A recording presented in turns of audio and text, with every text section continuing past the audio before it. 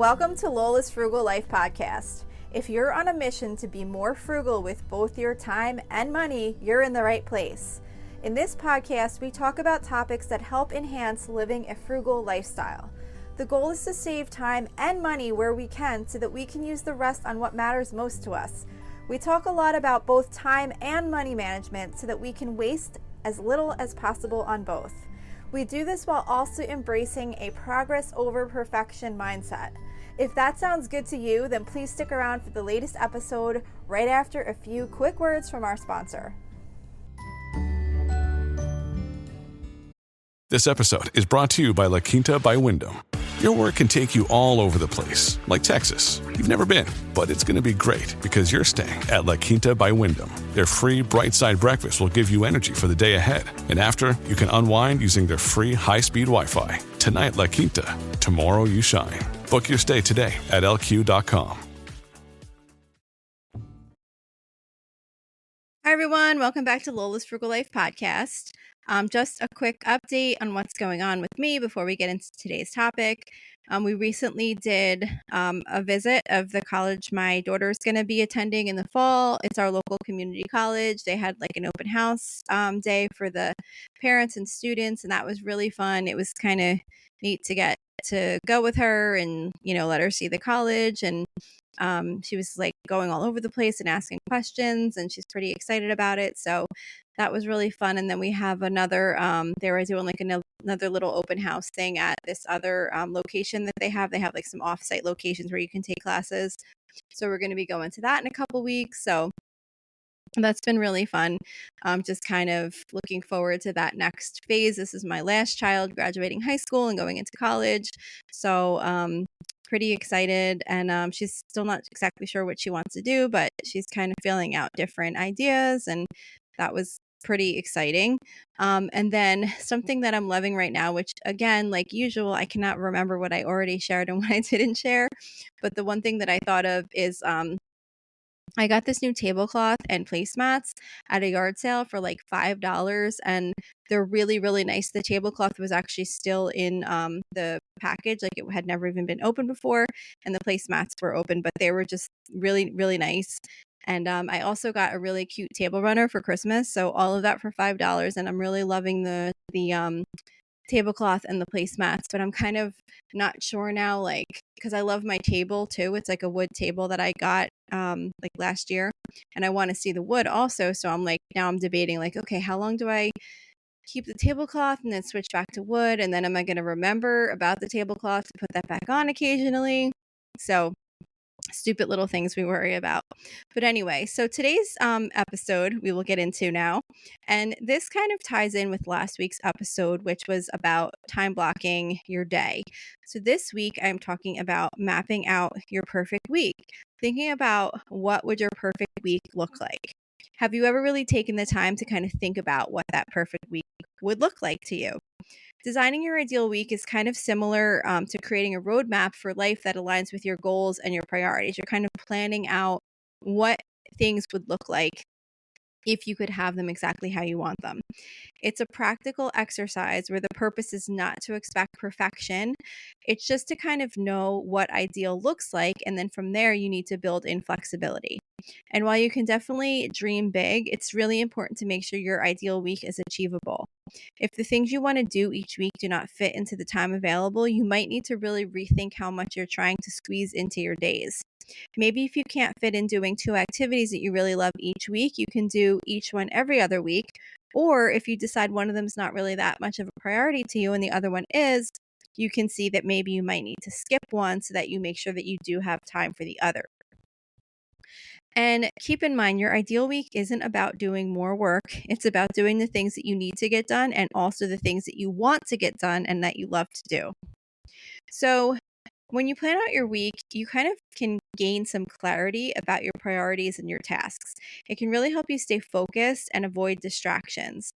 Mapping out your week allows you to allocate time intentionally. And it also helps reduce stress because when you know what is coming ahead, you won't wake up wondering, what should I do today? And be worried about if you're making the right decision because the decision has already been made for you by you in advance. And a weekly plan can really kind of help you batch similar tasks together. So it kind of minimizes that like context switching between different types of tasks, and it can help you improve productivity. So, planning your week effectively can really significantly enhance your productivity, reduce stress, and can really keep you focused on your goals. If you ever feel overwhelmed by tasks and responsibilities or unsure on where to start or what to prioritize, maybe weekly planning can really help you to kind of look at the big picture for the upcoming week. And there's a lot of benefits to planning your week too. Most of us kind of know that the chances of us having an actual perfect week most weeks are very unlikely. The nature of life is just that things do not always go as planned. There will always be at least one thing that comes up that we were not expecting. But even if our week does not work out exactly to be perfect, there's still many benefits to planning out our perfect week.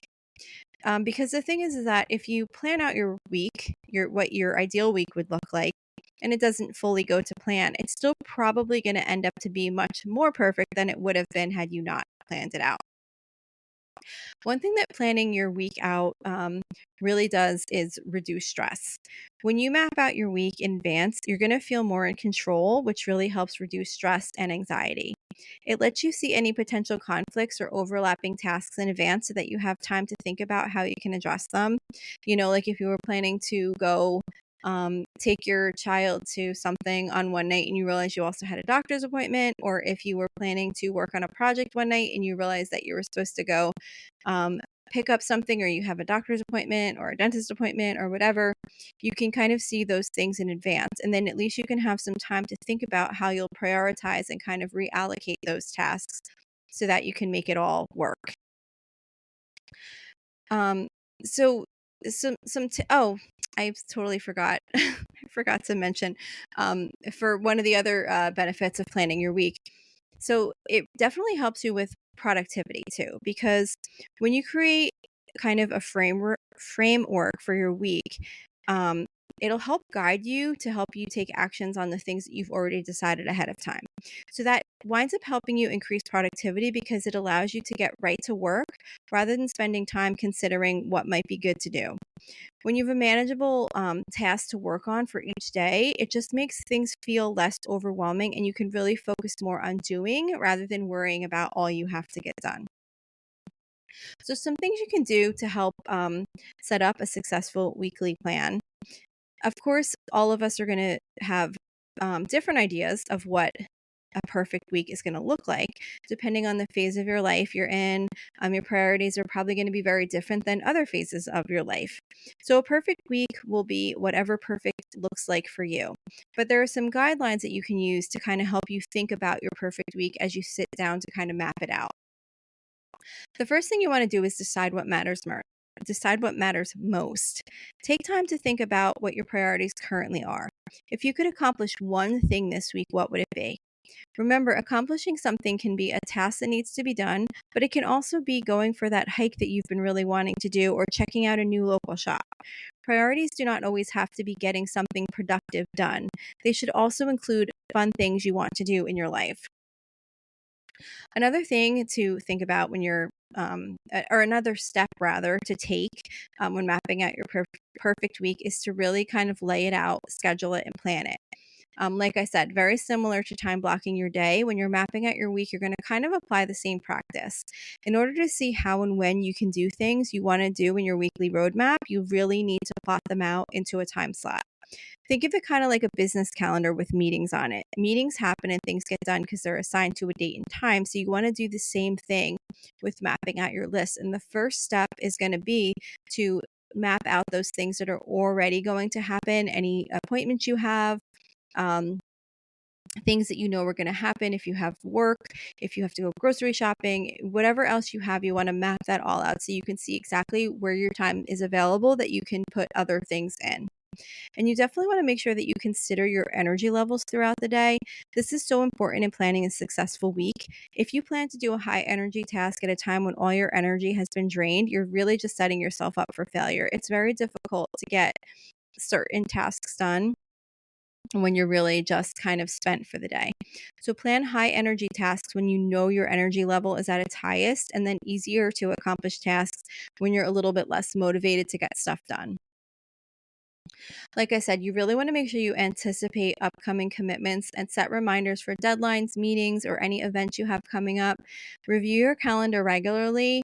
I have been using this simple planner that I got on Amazon to map out my week at a high level. And on Sunday, I've been checking for the upcoming week to see if there's any doctor's appointments or other scheduled events that I have so that I don't forget about them. And even though I do have those in my phone calendar with reminders, just seeing them and kind of mapping them out in the week that's coming up ahead really just helps me be more mindful that they're coming and when they're coming. And then I make sure not to plan other things around those things that are coming. And then, as I mentioned before, it's so important to have time in your weekly schedule for rest and for fun. Some weeks there's going to be more time for that than others, but even in a really busy week, it's important to build in at least some downtime, even if it's just a small amount of time. We all need some time to do something that we enjoy. So even if it's just 15 minutes to sit and read a book or sit on your front porch or take a quick walk. So really make sure to plan those fun things that we want to do into your week. Consider daily themes. This is an idea that you might want to apply when you're figuring out your week, just kind of for fun or to kind of keep you on tasks. You could try to streamline your days to kind of think maybe this day I will make appointments and phone calls, or another day maybe I want to focus on groceries and meal planning. Maybe longer term projects could be focused on during another day. It doesn't really matter what the theme is. The point is just to kind of help you streamline your focus and your tasks. And then, of course, with everything, life happens, so you need to be flexible. If you treat your schedule in a rigid way, it could really end up causing more stress than stress relief. There will be times when you're going to have to reschedule tasks. A plan is just a plan. We cannot determine what things will pop up into our week that we were not expecting. Sometimes things also take longer than we expected. So, having a plan is always going to put you in a better spot, but you still need to make sure to not feel like it must all go to plan, because that's likely never going to happen. So, if you feel like you could be getting a little bit more time out of your week, try to see mapping it out and see what you find. You might have more time available than you think you do. So give it a shot, and I would love to hear how you made out. You could join us in our Facebook group or just message me. I would really love to hear if you felt like mapping out your week is beneficial, because I've been doing it probably for it's been quite a few months now, and I find it really, really helpful. And I just love to look at my little book that I have that I got on Amazon. It's a one page and it just has the whole week on it. And I just love to see what's coming ahead. So I hope you try it and maybe you'll like it too. So that is all I have to say about this topic for today. I thank you so much for listening, and I will see you back here next week. So thank you for checking in for this podcast episode. And don't forget, you can always email me with any questions or suggestions at lolasfrugallife@gmail.com. You can follow me on Instagram and Facebook at lolasfrugallife. And you can find a blog post for most of my episodes and definitely all of my meal plan episodes at lolasfrugallife.com. You can also join our private listeners group at facebook.com/groups/lolasfrugallife. And if you enjoy the show, please make sure to subscribe on Apple Podcasts, Spotify, YouTube, or wherever you listen from. And I would love it if you would screenshot the show and tag me on Instagram so I could see you're listening. Also, if you can please take a couple of seconds to rate and review the podcast. Those ratings and reviews are what help the show come up better in search results so that other people can find this podcast. So that will really help me in growing my audience. So that's it for today. Thank you so much for listening, and I hope you have an awesome day.